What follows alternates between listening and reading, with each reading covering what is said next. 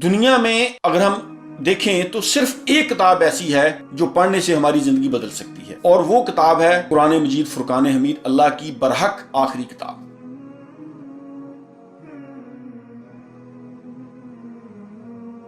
बिस्मिल्लाहिर्रहमानिर्रहीम, अस्सलाम वालेकुम वरहमतुल्लाहि वबरकातुहू। ख़वातीन व हज़रात, गपशप विद तौकीर मज़र में खुशामदीद। मैं आपका मेज़बान तौकीर मज़र। दोस्तों, एक मुहतात अंदाजे के मुताबिक दुनिया में 5% लोग ऐसे हैं जिनको किताबें पढ़ने का शौक है, जो मुतालिया करना चाहते हैं, जो शौक से कुतुब पढ़ते हैं। दुनिया में जितने भी कामयाब लोग हैं, अगर हम उनकी हालात जिंदगी पढ़ें तो हमें ये मालूम होता है कि पढ़ना उन्होंने अपनी जिंदगी का मामूल बनाए रखा। अपनी मसरूफियत के बावजूद सक्सेसफुल लोग जो हैं वो वक्त निकालते हैं और रोजाना किसी न किसी किताब का मुतालिया जरूर करते हैं। और फिर एक मुसलमान के लिए तो तालीम की अहमियत और ज्यादा बढ़ जाती है, क्योंकि इस्लाम हमें इल्म हासिल करने की तरफ खास तौर पर तवज्जो दिलाता है। अब देखा गया है सोशल मीडिया में आजकल के दौर में कि बेशुमार लोग जो हैं वो इस बात पर यानी बज़िद हैं, आप ये किताब पढ़ें, इससे आपकी जिंदगी चेंज हो जाएगी, फलां कुतुब का मुतालिया करें।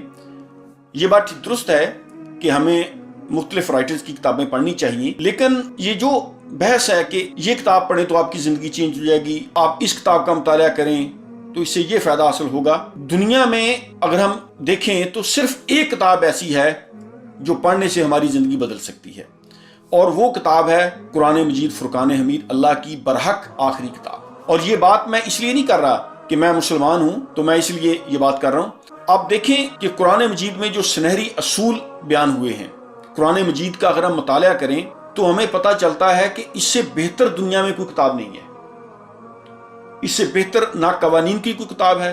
आप हर एंगल से देखें तो एक मुकम्मल ज़ाब्ता हयात है कुरान मजीद फुरकान हमीद। वैसे तो मुतालिया हर किताब का करना चाहिए, कुतुब से दिलचस्पी रखनी चाहिए, शौक होना चाहिए हमें पढ़ने का, लेकिन जिंदगी चेंज करने के लिए अगर आपने कोई किताब पढ़नी है तो फिर कुरान से बेहतर कोई किताब नहीं है। अल्लाह ताला की आखिरी किताब कुरान मजीद फुरकान हमीद जो हमें रहनुमाई फरमाती है हर मामले में। अब हमसे गलती ये हुई कि हमने इस किताब को सिर्फ एक सवाब का जरिया समझ लिया कि सवाब हासिल करने के लिए हम इस किताब का मुतालिया करते हैं। हमारे जो बड़े सगीर पाको हिंद के लोग हैं, इंडिया, पाकिस्तान, बांग्लादेश, नेपाल वगैरह, इस इलाके की हमारी ज़बान अरबी नहीं है, हम उर्दू, पंजाबी या और दीगर ज़बानें बोलते हैं, तो हमें उस तरीके से कुरान मजीद समझ नहीं आता जिस तरह मिडिल ईस्ट या दूसरे लोगों में जिनकी ज़बान अरबी है वो हमसे ज्यादा बेहतर जो है वो समझ लेते हैं। अब हम बचपन में नाजरा कुरान तो पढ़ लेते हैं, लेकिन हम में से अक्सरियत ऐसे लोगों की है जिनको कुरान के मानी मफहूम का पता नहीं होता। इसमें कोई शक नहीं कि कुरान मजीद को पढ़ने से सवाब मिलता है, एक लफ्ज की 10 नेकियां मिलती हैं, और कुरान मजीद पढ़ना भी चाहिए। कुरान का मकसद ये है कि हम कुरान को समझें, इस पर अमल करें, पढ़कर इसको समझना जरूरी है। देखिए, दुनिया में जितनी भी कुतुब हैं, अगर हम वो पढ़ते हैं तो हमारा कोई मकसद होता है। एक डॉक्टर अपनी किताबें पढ़ता है, रिसर्च करता है तो उससे नॉलेज लेता है।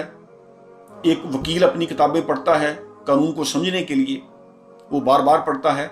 इसी तरह कोई फिलोसफर है या दीगर जितनी भी कुतुब हैं, अगर हम हिस्ट्री की किताबें आप देख लें, जो भी किताब आप पढ़ते हैं आपका मकसद ये होता है कि आप उसको समझें कि इस किताब में क्या लिखा है। लेकिन हमारी मुसलमानों की आजकल के दौर में ये बदकिस्मती है कि हम कुरान को सिर्फ सवाब के लिए पढ़ते हैं। इसमें कोई शक नहीं, सवाब तो मिलता है, लेकिन कुरान का मकसद ये है कि कुरान को पढ़ा जाए, फिर उसको समझा जाए कि इसमें क्या लिखा है, और फिर उस पर अमल किया जाए, फिर इंसान की जिंदगी बदलती है। मैं सोशल मीडिया पर देखता हूँ बेशुमार लोग ऐसे हैं, यूट्यूबर्स, या आप जी ये किताबें पढ़ें आपकी लाइफ बदल जाएगी, आप किताब का ये हिस्सा पढ़ लें तो आपकी जिंदगी में इनकलाब आ जाएगा, आप ये किताब पढ़ लें तो आपकी जिंदगी रोशन हो जाएगी। ऐसी आपने भी बातें सुनी होंगी, लेकिन यकीन मानिए कि अगर आपने जिंदगी में चेंजिंग लानी है, जिंदगी में इनकलाब बर्पा करना है, आपने अपनी जिंदगी को हक की राह पर डालना है, तो कुरान से बेहतर कोई किताब नहीं, क्योंकि ये कुरान मजीद फुरकान हमीद अल्लाह की बरहक आखिरी किताब है। इससे बेहतर कोई किताब नहीं। वैसे किताबें पढ़नी चाहिए, दीगर जितने भी राइटर्स हैं पढ़े आप उनकी किताबें, नॉलेज हासिल करने के लिए आपको सफ़र भी करना चाहिए, कुतुब भी पढ़नी चाहिए, मुख्तलिफ लाइब्रेरीज का मुतालिया भी करें, लेकिन ज़िंदगी चेंज करने के लिए कुरान से बेहतर कोई किताब नहीं। इसको मामूल बनाएं, और कुरान का कुछ हिस्सा बेशक आप 2-3 रुकूई वो तर्जमे के साथ पढ़ें। तर्जमे के साथ अगर हम कुरान को पढ़ेंगे तो हमें कुरान पढ़ने में मज़ा आएगा, हमें मालूम होगा कि कुरान में लिखा क्या है, और फिर एक तो हम बहुत सारे गलत अकायद से बच जाएंगे, کیونکہ ہم ڈائریکٹ قرآن کا مطالعہ کریں گے. اور میں یہ نہیں کہتا کہ آپ کسی استاد کے پاس نہ جائیں، آپ کسی استاد کے ساتھ مشورہ کریں، پڑھیں، سبق لیں اور ایفرٹ کریں، خود ایفرٹ کریں.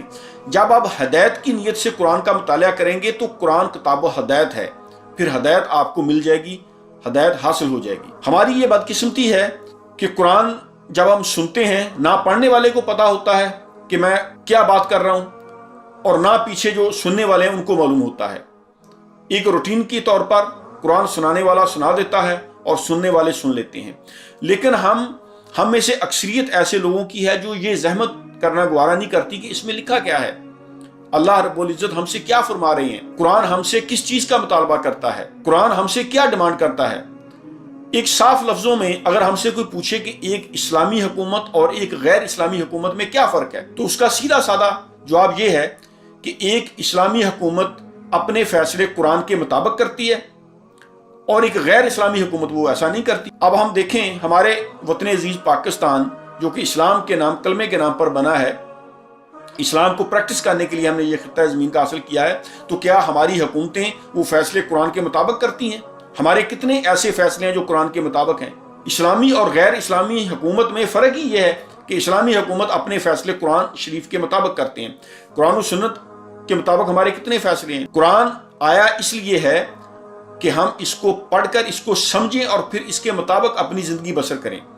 حکومت اپنے فیصلے قرآن کے مطابق کرے، ہم قرآن سے رہنمائی لیں، قرآن سے استفادہ کریں، پھر ہماری زندگیوں میں انقلاب آ جائے گا. ہم دیکھتے ہیں یوٹیوب پر بے شمار ایسے لوگ ہیں، اور خاص طور پر تکلیف اس بات کی ہوتی ہے کہ چلو غیر مسلم تو وہ تو بات کریں، لیکن مسلمان بھی آپ اس رائٹر کی، وہ انگریزوں کی کتابوں کے حوالے دے رہے ہیں کہ یہ کتاب پڑھ لیں آپ کی زندگی میں چینجنگ آ جائے گی، انقلاب آ جائے گا، یہ کتاب پڑھ لیں ایسا ہو جائے گا. دیکھیں یہ دنیا کی زندگی بہت مختصر ہے. میں یہ نہیں کہتا کہ آپ دوسری کتابوں کا مطالعہ نہ کریں، بالکل کریں. آپ جس بھی شعبہ ہے زندگی سے ہیں، آپ اپنے شعبے کے مطابق کتابیں پڑھیں، لیکن زندگی کو حق کی راہ پر ڈالنے کے لیے، زندگی میں انقلاب برپا کرنے کے لیے، ڈپریشنز کو ختم کرنے کے لیے قرآن مجید کو اپنا معمول بنائیں. روزانہ جتنا آپ پڑھ سکتے ہیں آپ قرآن مجید پڑھیں اور سمجھ کر پڑھیں. آپ کو معلوم ہونا چاہیے کہ آپ کیا پڑھ رہے ہیں. بے شک آپ 2-3 رکوع پڑھ لیں لیکن ترجمے کے ساتھ پڑھیں، اس کو سمجھیں. اس سے آپ کی زندگی بدل جائے گی. کر کے دیکھیں. اور زندگی میں انقلاب لانے کے لیے، زندگی کو چینج کرنے کے لیے حق کی